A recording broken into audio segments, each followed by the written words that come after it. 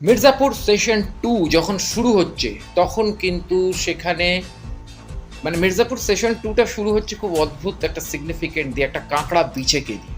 একটা কাঁকড়া বিছে রাস্তার মাঝখানে রয়েছে, তার উপর দিয়ে গাড়ি যাচ্ছে। একটা ড্রিম সিকোয়েন্স, মুন্না হসপিটালে আহত অবস্থায় পড়ে রয়েছে এবং সে অজ্ঞান অবস্থায় স্বপ্নে দেখছে যে গুড্ডু তাকে অ্যাটাক করেছে এবং গুড্ডু তাকে মেরে ফেলছে। সেশন 2 স্টার্ট হচ্ছে এই জায়গা থেকে দাঁড়িয়ে। কিন্তু তার স্বপ্ন ভাঙলে সে দেখতে পাচ্ছে যে বাস্তবে তার চোখের সামনে তার বাবা আর তার ঠাকুরদা অর্থাৎ সত্যনারায়ণ ত্রিপাঠী এবং অখণ্ড ত্রিপাঠী দুজনে বসে রয়েছে। তো সেখানেও একটা কমিক সিচুয়েশন, যেটা মুন্না ত্রিপাঠীর কমিক প্যাটার্ন, সেটা যারা জানেন, যারা দেখেছেন তারা জানেন। তো সেখান থেকে শুরু হচ্ছে সেশন 1। আর অন্যদিকে দেখানো হচ্ছে যে ওই বিয়েবাড়ি থেকে, গোরখপুরের ওই বিয়েবাড়ি থেকে বেরিয়ে এসে কোনোভাবে একজন গ্রামের ডাক্তার, যেটা আমাদের বাংলার অভিনেতা দিব্যেন্দুদা অভিনয় করছে, সেই গ্রামের ডাক্তারের বাড়িতে সেই ডাক্তারকে কোনো রকমভাবে ভয় ফয় দেখিয়ে গুড্ডুর ট্রিটমেন্ট করাচ্ছে গোলু আর ডিম্পি। তো এই মানে বোন আর শালি দুজনে মিলে। এই দুজনে মিলে গুড্ডুকে সুস্থ করার চেষ্টা করছে। কেননা গোরখপুরের ওই বিয়েবাড়িতে সেশন 1 এর ওই যে ক্লাইম্যাক্সের বিয়েবাড়িতে দুজনের মধ্যে মারাত্মক ফায়ারিং হয়েছিল এবং এই ফায়ারিং এ দুজনেই আহত হয়েছিল। তো এক্সাক্টলি সেখান থেকে দাঁড়িয়ে গল্প শুরু হচ্ছে নতুন করে।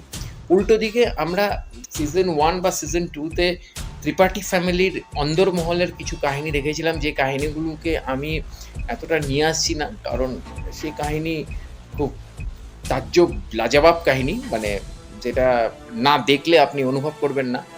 মানে বাড়ির বউয়ের সাথে বাড়ির চাকরের সম্পর্ক, এবং সেই সম্পর্ক জেনে যাওয়ার পর শ্বশুরমশাই নিজে বৌমার সাথে সম্পর্ক তৈরি করে। এবং এইখানে কিন্তু বিনা ক্যারেক্টারের, অর্থাৎ বাড়ির আখান্ডা ত্রিপাঠীর স্ত্রীর ক্যারেক্টারটা এখানে রিভিল হয়। সে কত বড় পলিটিশিয়ান।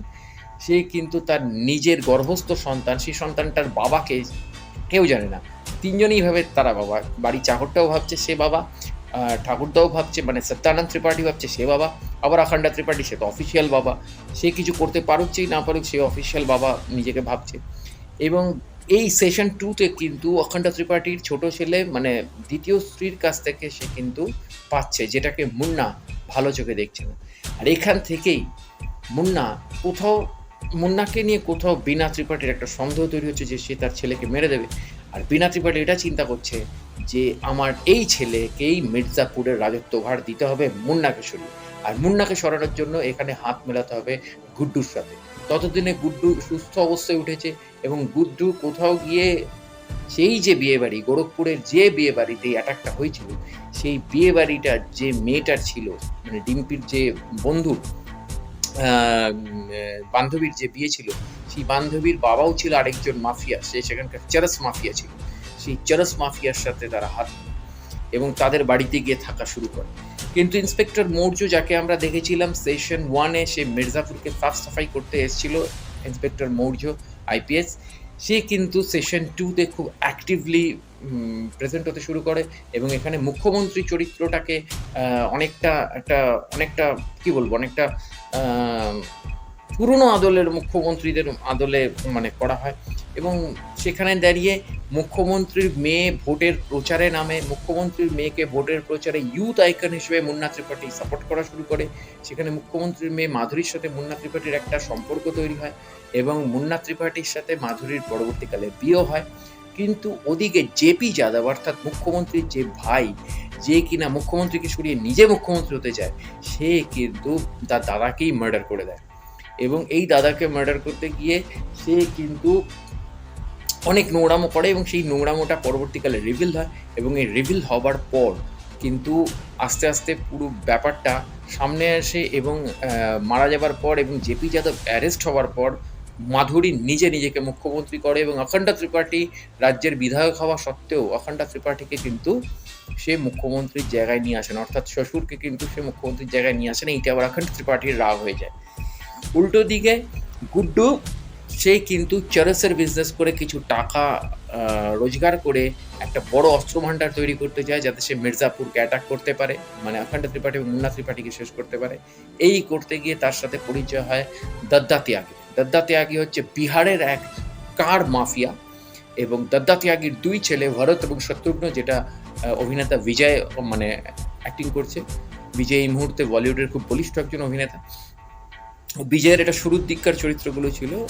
স্পেশাল 30 দিয়ে বিজয় ইন্ট্রোডিউস হয়েছিল ইন্ডাস্ট্রিতে এবং সেই সময়ই এই সিরিজগুলো হচ্ছিল। তো এক্স্যাক্টলি শুরুর দিকের চরিত্র ছিল বিজয়ের এটা। বিজয় সেশন 3 তে আসছে একজন স্টার হিসেবেই, কারণ বিজয় এই মুহূর্তে একটা স্টার। তো যথারীতি ভরত শত্রুঘ্ন, তাদের মধ্যে শত্রুঘ্নর সাথে গোলুর একটা রিলেশনশিপ তৈরি হয়। গোলু কোথাও গুড্ডুকে পেতে চেয়েছিল সেশন 2 তে এবং গোলু কোথাও গুড্ডুকে না পেয়ে শত্রুঘ্নকে কোথাও ইনভলভ করে এই পুরো ব্যাপারটার মধ্যে। এখানে ডিম্পি ক্যারেক্টারটার সাথে এখানে ডিম্পি ক্যারেক্টারটার সাথে আরেকজনের সম্পর্ক তৈরি হয় এবং সেই ছেলেটিও খুব ইন্টারেস্টিং ক্যারেক্টার এবং এই ইন্টারেস্টিং ক্যারেক্টার মানে মির্জাপুর আপনি যদি না দেখেন তাহলে বুঝতে পারবেন না যে গল্পকে কোথায় নিয়ে যাওয়া হচ্ছে এবং কোথায় কীভাবে প্রেজেন্টেশন করা হচ্ছে। যদিও গল্পের শেষে এসে আমরা দেখতে পাই যে মুন্না কোথাও গুড্ডুর রাইট হ্যান্ড বাবরকে মারতে গিয়ে তার বাবার যে রাইট হ্যান্ড তার মাকে মেরে দেয়, কারণ বাবার রাইট হ্যান্ড অর্থাৎ অখণ্ড ত্রিপাঠীর রাইট হ্যান্ড ছিল মকবুল, মকবুলের ভাগনা ছিল বাবর, এই বাবর আবার ছিল গুড্ডুর রাইট হ্যান্ড। এই বাবর থাকতো হচ্ছে মকবুলের বাড়িতেই, তো মকবুলের মা ছিল সেখানে অসুস্থ। মুন্না কোথাও বাবরকে মারতে গিয়ে মকবুলের মাকেও মেরে ফেলে। সেই রাত থেকে মকবুল ভুলে যায় সমস্ত কিছু, তার এতদিনকার যে মালিকের প্রতি যে তার মানে কি বলবো, তার যে বিশ্বস্ত একটা অনুচরের মতন কাজগুলো সব ভুলে যায়। ভুলে গিয়ে সে কিন্তু মেরে দিতে চায় অখণ্ড ত্রিপাঠীর বাবা সত্যনারায়ণ ত্রিপাঠীকে, কিন্তু সেখানে গিয়ে বীণা ত্রিপাঠী বাধা দেয়। সে নিজে হাতে শ্বশুরকে মারতে চায়, কারণ শ্বশুর তার সাথে প্রচুর অন্যায় করেছে এবং বাড়ির চাকরানীদের সাথেও প্রচুর অন্যায় করেছে। তো সেইখান থেকে দাঁড়িয়ে শ্বশুর মারা যায় এবং শ্বশুরের যে মানে সত্যনারায়ণ ত্রিপাঠীর যে ক্রিমিনেশন, সত্যনারায়ণ ত্রিপাঠীকে যে পোড়ানোর সময়, সেই পোড়ানোর সময় গুড্ডু সে কিন্তু গুড্ডু আর গোলু তারা কিন্তু অ্যাটাক করে অখণ্ড ত্রিপাঠী এবং মুন্না ত্রিপাঠীর উপর, এবং সেখানে মুন্না ত্রিপাঠীকে নৃশংসভাবে হত্যা করে গুড্ডু এবং তারপরে গল্প সিজন 3 এর দিকে ধাবিত হয়। তো এই ছিল সিজন 2 এর একটা ছোট্ট রিক্যাপ। এবং সত্যি কথা বলতে কি, এই ধরনের গল্পগুলো রিক্যাপ করা যায় না, কারণ এত গল্পের মধ্যে প্যাটার্ন থাকে, এত গল্পের মধ্যে জটিলতা আছে, এত প্লট, মেন প্লট এবং এতগুলো সাবপ্লটের ভেতরে আবার প্লট থাকে। তো এক্স্যাক্টলি আপনি মন দিয়ে সিরিজ না দেখলে আপনি কোনোদিনও মির্জাপুরের মজাই নিতে পারবেন না। তো আপনাকে মির্জাপুর সিজন 1, সিজন 2 দেখে তবে সিজন 3 ধরতে হবে, তবে আপনি মির্জাপুরের মজা পেতে পারবেন। হ্যাঁ, অবশ্যই ইন্ডিয়াতে অলওয়েজ হাইয়েস্ট IMDb রেটিং এবং গোটা ওয়ার্ল্ডেরও অন্যতম হাইয়েস্ট IMDb রেটিংয়ে কিন্তু মির্জাপুর ছিল, আছে, থাকবে কতটা জানি না, কারণ সেশন 3 এর ওপর অনেক কিছু নির্ভর করছে।